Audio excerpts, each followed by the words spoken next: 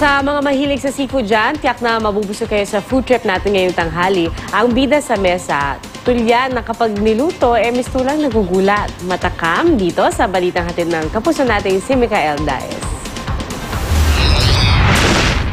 Bago ko alamin kung pasado ito sa aking panlasa, here's the anatomy of a tulya. Isang uri ng pelesipod ang tulya gaya ng tahong at talaba. Meron itong magkabilang shell o valve na pinagdudugtong ng nababanat na litid. Ang pagluluto ng buhay na tulya sa kumukulong tubig ay tinatawag na ginulat na tulya. Hey guys, nandito ako kasama ni Chef Jess. Okay, what's up? Okay, at papakita niya sa atin kung bakit niya tinatawag na ginulat na tulya. Okay. Sige, okay lang. Pwede. Yung first step niya, papakulo ng tubig, tapos ilalagay yung luya. Okay. Tapos nun yung clams na.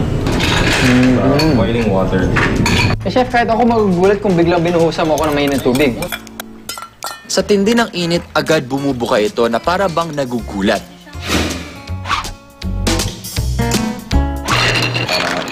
Ginulat na tulya. Okay, so nakita kong ginugulat ni Chef ang tulya. Kainin naman natin ngayon. Here we go. Sausaw natin. Mabango eh. Yun yung gusto ko, walang lansa.